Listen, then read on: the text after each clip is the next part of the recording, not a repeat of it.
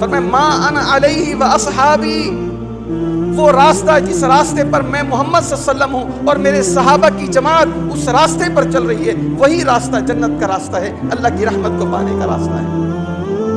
وہ لوگ جو ان صحابہ کے متعلق دلوں میں بغض رکھتے ہیں، وہ کون سا راستہ ڈھونڈیں گے؟ وہ کس راستے پر چلیں گے؟ یقیناً ان کا راستہ شیطان والا راستہ ہے۔ اگر جنت کے راستے پر آنا ہے تو پھر صحابہ کرام والے راستے پر محمد رسول اللہ صلی اللہ علیہ وسلم کی تعلیمات کے مطابق چلنا ہوگا۔ تمام قسم کی حمد و ثنا، تعریفات و بزرگی کبریائی اللہ وحدہ لا شریک کے لیے، انگنت لاتعداد درود و سلام امام کائنات رحمت للعالمین سید الکونین فخر دو عالم جناب محمد رسول اللہ صلی اللہ علیہ وآلہ وسلم کی ذات مقدس مطہرہ پر خاص ہوں۔ ہم جس اسلامی مہینے سے گزر رہے ہیں یہ ماہ محرم ہے، اور ماہ محرم اللہ کے نزدیک ایک حرمت والا مہینہ ہے۔ اس مہینے کی حرمت، اس کی عزت، اس کی تقدیس کسی خاص واقعے کی وجہ سے، کسی کی پیدائش، کسی کی موت یا کسی کی شہادت یا کسی بھی معاملے کی وجہ سے نہیں، بلکہ اس کی حرمت اللہ نے اس وقت سے رکھی ہے جب سے اللہ رب العزت نے زمین و آسمان کو پیدا کیا ہے۔ ان عدۃ الشہور عند اللہ 12 شہرا فی کتاب اللہ یوم خلق السماوات والارض منها 4 حرم۔ فرمایا اللہ رب العزت نے جس دن سے آسمان اور زمین بنائے ہیں اس وقت سے اللہ نے مہینوں کی تعداد 12 رکھی ہے۔ ان 12 میں سے 4 مہینے جو ہیں وہ حرمت والے ہیں، 3 مہینے ہی لگاتار حرمت کے آتے ہیں، ذی القعدہ، ذی الحجہ اور محرم، اور 1 مہینہ رجب کا بھی ہے۔ یہ کل 4 مہینے حرمت کے ہیں۔ تو غرض بات جو عرض کرنے کا مقصد ہے وہ یہ ہے کہ ان ایام کا یا اس مہینے کی حرمت کا تعلق کسی کی زندگی یا کسی کی موت یا کسی کی شہادت کی وجہ سے نہیں، بلکہ اس کی حرمت اس وقت سے ہے جب سے اللہ رب العزت نے زمین و آسمان کو پیدا کیا ہے۔ یہ بات حقیقت ہے کہ اس ماہ محرم میں بہت بڑے بڑے واقعات ہوئے ہیں اسلامی تاریخ کے۔ ان واقعات میں سے ایک عظیم ہستی کا چلا جانا سیدنا عمر فاروق رضی اللہ تعالیٰ عنہ، امیر المؤمنین، خلیفہ ثانی، رسول اللہ صلی اللہ علیہ وسلم کے صحابی اور اللہ کے نبی صلی اللہ علیہ وسلم کے سسر بھی ہیں رشتے میں، عظیم صحابی کہ جن کو محمد رسول اللہ صلی اللہ علیہ وسلم اپنی دعاؤں میں رب سے مانگا کرتے تھے کہ اللہ، اسلام والے بہت کمزور ہیں، ظالم اہل اسلام پر بہت ظلم کر رہے ہیں، مسلمانوں پر بہت ظلم کیا جا رہا ہے، اے اللہ تو ان کی مدد اور نصرت فرما۔ عمر بن خطاب کی اسلام قبول کر لینے کی صورت میں یا عمرو بن ہشام کے اسلام قبول کر لینے کی صورت میں جو تیرا انتخاب ہو، جس کو تو پسند کرے اپنے دین کے لیے، اپنے اسلام کے لیے، اے اللہ تو اس کا انتخاب فرما دے۔ اللہ نے عمر فاروق کا انتخاب کیا۔ وہ عمر فاروق رضی اللہ تعالیٰ عنہ جو اللہ رب العزت کو اس دار فانی سے اپنے خالق کی حقیقی طرف جاتے ہیں 1 محرم الحرام کو۔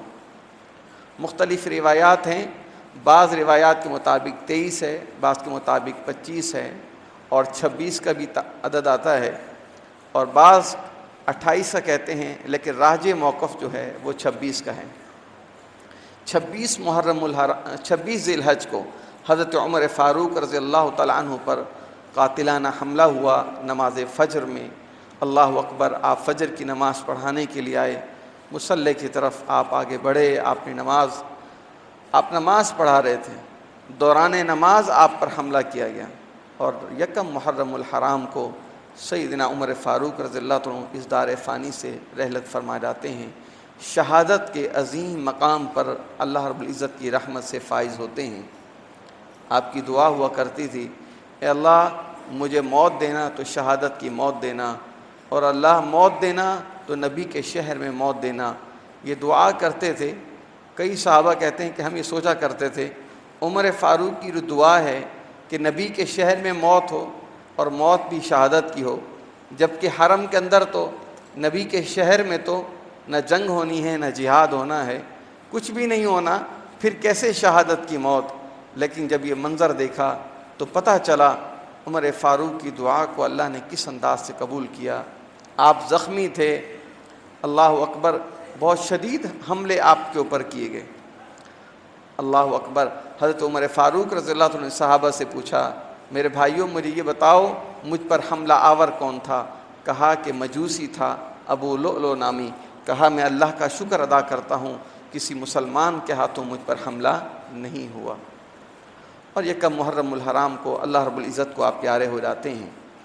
عزیزان اسلام، جہاں یہ اسلام کا عظیم باب بند ہو جاتا ہے یکم محرم الحرام کو، اسی طریقے سے اسی محرم کے مہینے میں رسول اللہ صلی اللہ علیہ وسلم کے نواسے حضرت حسین رضی اللہ عنہ کی شہادت کا بھی واقعہ آتا ہے، جو کہ کربلا کے میدان میں ایک بہت بڑا ظلم اور زیادتی کا میدان سجایا گیا، اور اہل بیت پر ایک عظیم، اللہ اکبر، آپ پورے خاندان پر، اہل بیت پر، جو بھی آپ کے ساتھ اہل خانہ موجود تھے، گھر والے تھے، خواتین تھیں، بچے تھے معصوم، سب کے اوپر ظلم کا پہاڑ ڈھایا گیا، اللہ اکبر۔ لیکن حضرت حسین رضی اللہ تعالیٰ عنہ، جن کی تربیت محمد رسول اللہ صلی اللہ علیہ وسلم نے فرمائی تھی، جن کا مزاج عالی محمد رسول اللہ صلی اللہ علیہ وسلم نے استوار کیا تھا، یہ وہ نوجوان تھے جن کی تربیت اللہ کے نبی صلی اللہ علیہ وسلم نے، جن کا بچپنا رسول اللہ صلی اللہ علیہ وسلم کی گود میں۔ اللہ کے نبی صلی اللہ علیہ وسلم کی حدیث ہے، حسن حسین جو ہیں سیدہ شبابی اہل الجنہ، یہ جنتیوں کے جوانوں کے سردار ہوں گے، اللہ اکبر۔ سیدنا حسن اور حسین رضی اللہ تعالیٰ عنہ رسول اللہ صلی اللہ علیہ وسلم کے بہت پیارے تھے، آپ ان کے ساتھ بہت لاڈ کیا کرتے تھے۔ یہ رسول اللہ صلی اللہ علیہ وسلم کے ساتھ جس انداز سے بھی، ایک مرتبہ رسول اللہ صلی اللہ علیہ وسلم منبر پر خطبہ ارشاد فرما رہے تھے، سامنے دیکھا کہ آپ کے نواسے اللہ اکبر وہ چلتے ہوئے آ رہے ہیں، قمیص ان کی لمبی ہے، اللہ اکبر، اور اس قمیص پر ان کا پاؤں آتا ہے، وہ گر جاتے ہیں، پھر اٹھتے ہیں، پھر چلتے ہیں، پھر گر جاتے ہیں۔ رسول اللہ صلی اللہ علیہ وسلم کی عادت مبارکہ نہیں تھی، لیکن آپ صلی اللہ علیہ وسلم اپنے نواسوں کی محبت میں بے چین اور بے تاب ہو کر منبر سے اترے، خطبہ دیتے ہوئے منبر سے نیچے اتر کر اپنے نواسے کو اپنے سینے سے لگا کر اٹھا کر لے آتے ہیں۔ کبھی اللہ کے نبی صلی اللہ علیہ وسلم نماز میں ہیں، سجدے کی حالت میں ہیں، یا آپ کی پشت مبارک پر کھیل رہے ہیں، کود رہے ہیں، رسول اللہ صلی اللہ علیہ وسلم ان کو ہاتھ لگا کر پیچھے نہیں ہٹاتے، اتنا پیار ہے، اللہ اکبر۔ رسول اللہ صلی اللہ علیہ وسلم بے تحاشا حسن حسین رضی اللہ تعالیٰ عنہما سے محبت کرتے تھے، اور ان کا مزاج بھی، ان کی تربیت وہی جو اللہ اور اس کے رسول صلی اللہ علیہ وسلم نے اہل اسلام کو عطا کی۔ بعض احباب، اس معاشرے کے بعض افراد، وہ ان صحابہ کرام رضوان اللہ علیہم اجمعین پر، اہل بیت کے مابین، اصحاب رسول کے مابین بغض اور عناد کو پیش کرتے ہیں، اور اس آڑ میں، ان 10 دنوں کی آڑ میں اہل بیت کی محبت کی چادر اوڑھ کر، اس کے غلاف میں لپٹ کر در حقیقت وہ بغض صحابہ پیش کرتے ہیں، اور ان اصحاب رسول صلی اللہ علیہ وسلم پر طعن زنی کرتے ہیں۔ در حقیقت یہ وہ لوگ ہیں جو اسلام سے ناواقف ہیں، اسلام کی رونق سے، اسلام کی رعنائی سے یہ لوگ محروم ہیں، اللہ اکبر۔ جس دل میں ایمان ہو اس دل میں صحابہ کرام کی محبت ہوتی ہے، جس دل میں در حقیقت ایمان نہ ہو وہاں پر صحابہ کی محبت نہیں ہوتی۔ یہ بات یاد رکھیں، یہ دونوں چیزیں جمع نہیں ہو سکتی کہ ایک دل میں ایمان بھی ہو اور صحابہ کے متعلق بغض بھی ہو، قطعاً یہ ایک دل میں جمع نہیں ہو سکتے۔ جہاں ایمان ہوگا وہاں صحابہ کی محبت موجود ہوگی، جہاں بغض صحابہ ہوگا وہاں پھر ایمان کی دولت اس دل میں آ نہیں سکتی، کیونکہ یہ وہ جماعت ہے جس جماعت کا انتخاب اللہ رب العزت نے فرمایا، ان کے دلوں کو اللہ نے ایمان کے لیے سجایا۔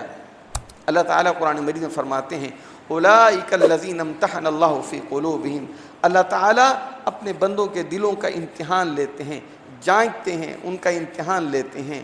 اللہ اکبر۔ لیکن پھر اللہ رب العزت وَزَيَّنَهُ فِي قُلُوبِكُمْ وَكَرَّهَ إِلَيْكُمُ الْكُفْرَ وَالْفُسُوقَ وَالْعِصْيَانَ، ایمان سجانے کے لیے اللہ رب العزت اس صحابہ کی جماعت کا انتخاب فرماتے ہیں، اور اللہ فرماتے ہیں وَكَرَّهَ إِلَيْكُمُ الْكُفْرَ وَالْفُسُوقَ وَالْعِصْيَانَ، اللہ نے کفر کو، فسوق کو، فسق و فجور کو، گناہوں کو، نافرمانیوں کو، اللہ اور اس کے رسول کی نافرمانیوں کو اللہ رب العزت نے اپنی رحمت سے ان صحابہ سے دور کر دیا ہے۔ ان صحابہ کے قریب تو کفر آ نہیں سکتا، ان صحابہ کے قریب تو فسق و فجور آ نہیں سکتے، اللہ کی بغاوت سے یہ لوگ محفوظ ہیں، اللہ کی رحمت کے اندر یہ جماعت ہے۔ اللہ اکبر۔ محمد رسول اللہ صلی اللہ علیہ وسلم نے بیعت رضوان کا موقع، اللہ کے نبی کریم صلی اللہ علیہ وسلم نے صحابہ کرام سے بیعت لی، اور اللہ رب العزت نے اس صحابہ کرام کے اس جذبے کو سامنے رکھتے ہوئے ان صحابہ کرام کی جماعت کا اللہ کے نبی کے ساتھ جو والہانہ محبت، اسلام والوں کے لیے محبت، اسلام سے والہانہ محبت، اللہ رب العزت نے اعلان فرما دیا رضی اللہ، میں اللہ ان سے راضی ہو چکا ہوں اور یہ جماعت مجھ سے راضی ہے۔ لقد رضی اللہ عن المؤمنین اذ یبایعونک تحت الشجرہ، البتہ تحقیق بالتحقیق رب راضی ہو چکا ہے اس جماعت سے جو جماعت رسول اللہ صلی اللہ علیہ وسلم کے ہاتھ پر بیعت کر رہی تھی۔ تو اللہ کی رضوان اس جماعت کا مقدر ہے۔ اللہ اکبر۔ حضرت موسیٰ علیہ السلام اپنی قوم بنی اسرائیل کو ساتھ لے کر چلے، قوم نے پریشانی کا ذکر کیا، اے اللہ کے نبی پانی کی قلت ہے، پانی نہیں ہے، پانی کا معاملہ فرمائیے، رب سے دعا کیجئے۔ ایک چٹان خشک پڑی تھی، حضرت موسیٰ علیہ السلام نے اللہ کے حکم سے کہا فَضْرِبْ بِعَصَاكَ الْحَجَرَ، اس چٹان پر، اس پتھر پر آپ ماریے، فَانْفَجَرَتْ مِنْهُ اثْنَتَا عَشْرَةَ عَيْنًا، حضرت موسیٰ نے اس کے اوپر لاٹھی عصا ماری، اس سے 12 چشمے نکل پڑے۔ 12 قبائل تھے، اللہ نے ان 12 قبائل کے لیے 12 چشمے جاری کر دیے، پھر ان کے لیے پانی کا بندوبست ہو گیا، وہ پانی پیتے رہے۔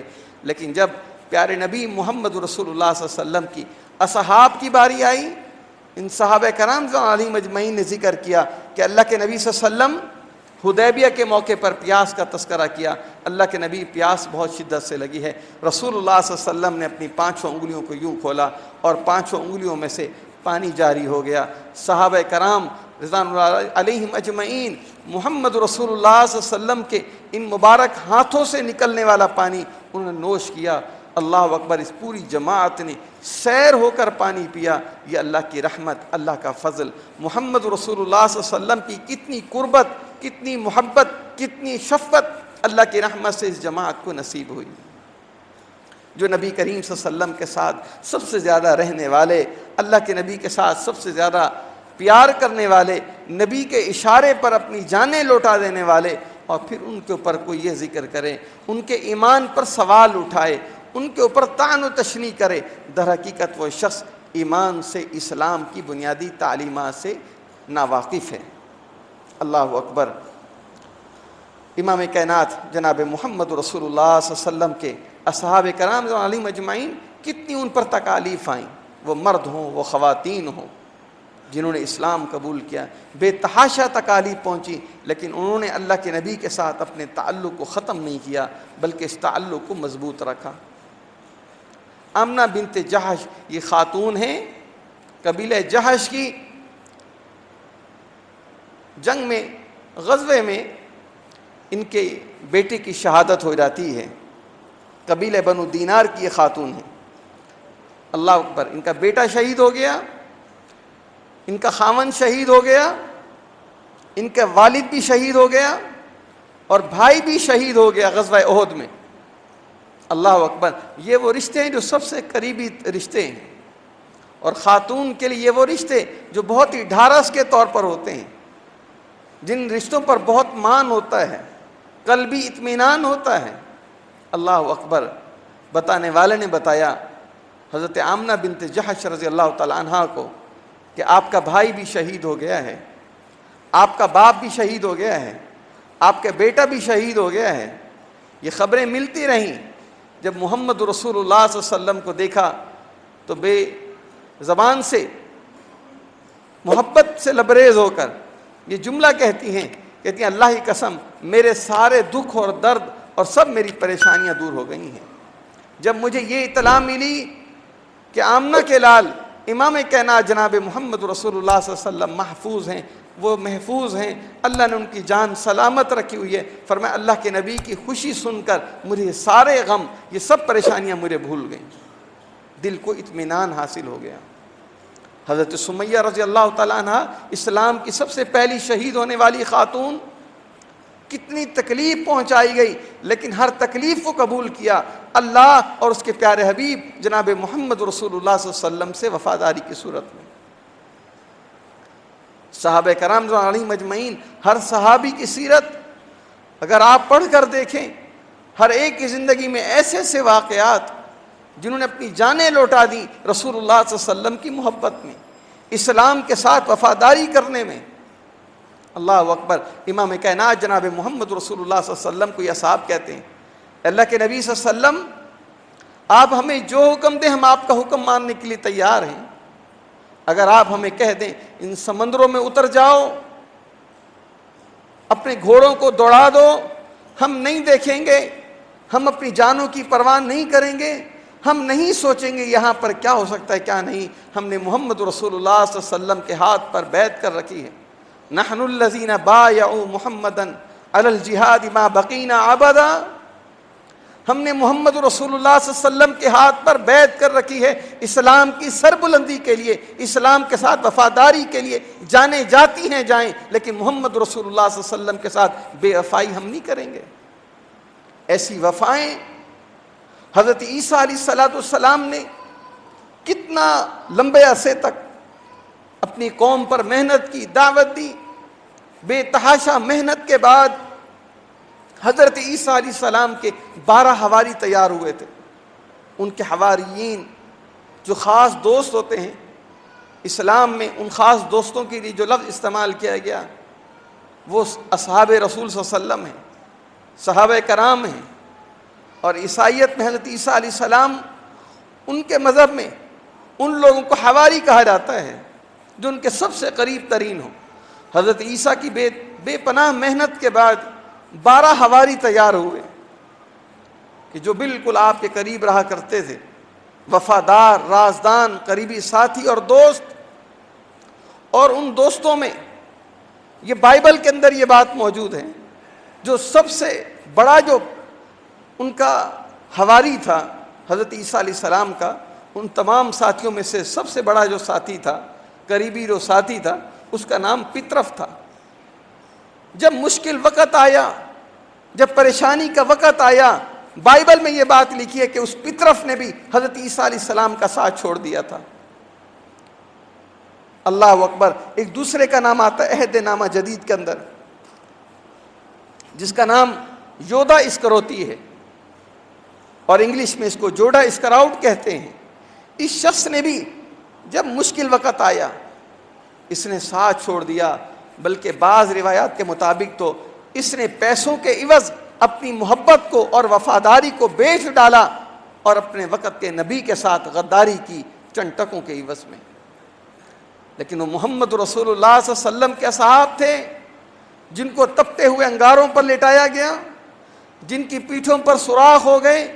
سیدنا خبیب کو سولی پر لٹکایا گیا اور طرح طرح کی مختلف آزمائشوں سے گزارا گیا، لیکن انہوں نے محمد رسول اللہ صلی اللہ علیہ وسلم کے ساتھ غداری نہیں کی، دھوکہ نہیں کیا. حتیٰ کہ اسلام کو چھوڑنا، اللہ کے نبی کو تکلیف دینا تو دور کی بات ہے، انہوں نے تو یہ بات واضح کہہ دی تھی کہ ہم تو نبی کریم صلی اللہ علیہ وسلم کو کانٹا چبھنا بھی اپنے لیے گوارا نہیں کرتے، کہ ہماری زندگی میں رحمت للعالمین محمد رسول اللہ صلی اللہ علیہ وسلم کو ایک کانٹا بھی چبھے ہماری زندگی پھر بے مقصد ہے.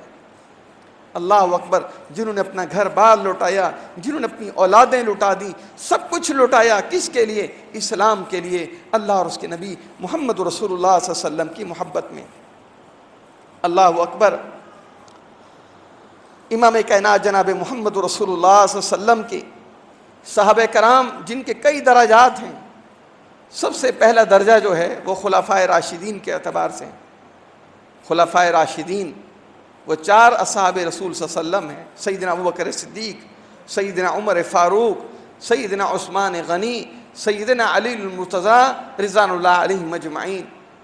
یہ 4 اصحاب رسول صلی اللہ علیہ وسلم جن کو خلفائے اربع کہتے ہیں. 4 خلفاء. پھر 10 مبشرہ ہیں صحابہ کرام رضوان اللہ علیہم اجمعین، جن سے ہمیں محبت ہونی چاہیے، جن کی سیرت کو ہمیں پڑھنا چاہیے، اپنی اولادوں سے تعارف دینا چاہیے کہ یہ اصحاب رسول صلی اللہ علیہ وسلم کون ہیں. حضرت خبیب کی سیرت پڑھنی چاہیے.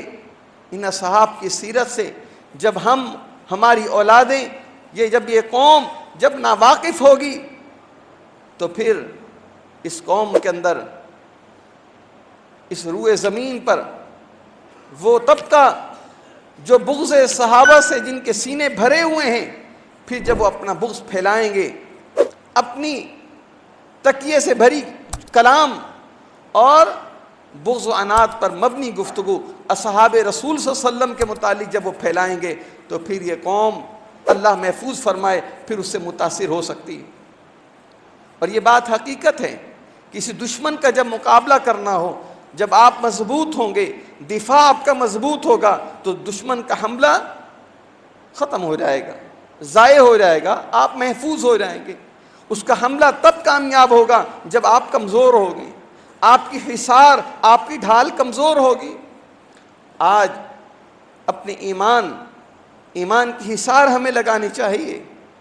وہ کیسے آئے گی؟ اللہ اور اس کے رسول صلی اللہ علیہ وسلم کی احادیث کے مطالعے سے، دینی مجلسوں سے، دینی کتابوں کا مطالعہ کر کے، ان اصحاب کی سیرت کو پڑھ کے ہمارا ایمان، ہمارا اسلام محفوظ ہوگا.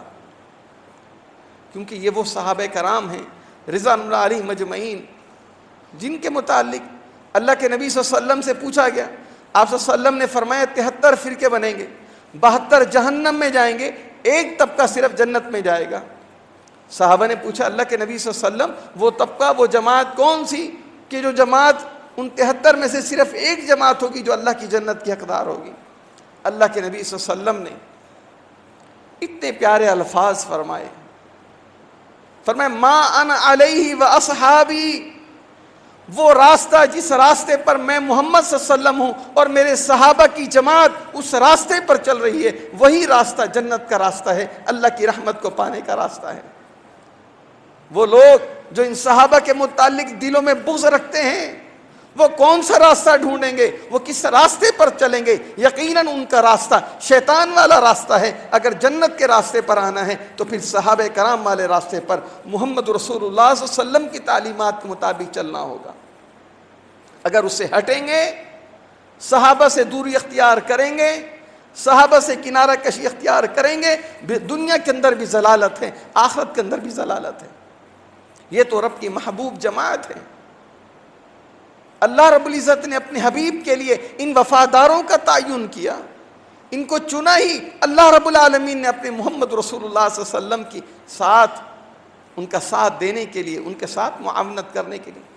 فتح مکہ کے موقع پر محمد رسول اللہ صلی اللہ علیہ وسلم کے ساتھ اصحاب رسول ہیں، اور اس کا تذکرہ قرآن مجید میں موجود، سابقہ کتب کے اندر بھی موجود ہے، بائبل کے اندر بھی اس کا تذکرہ موجود ہے. اس کے اندر بھی لکھا ہے کہ 10,000 نفوس قدسیہ وہ آخری نبی کے ساتھ آئیں گے، اور آپ کا نام کا بھی ذکر موجود ہے. کہا کہ وہ نفوس قدسیہ جو ہوں گے وہ موسیٰ اور عیسیٰ کے ساتھی نہیں ہوں گے، وہ نفوس قدسیہ محمد رسول اللہ صلی اللہ علیہ وسلم کے ساتھ آنے والے ہوں گے، جو اس فاران اور اس کے ساتھ ملحقہ علاقے پر فتح حاصل کریں گے.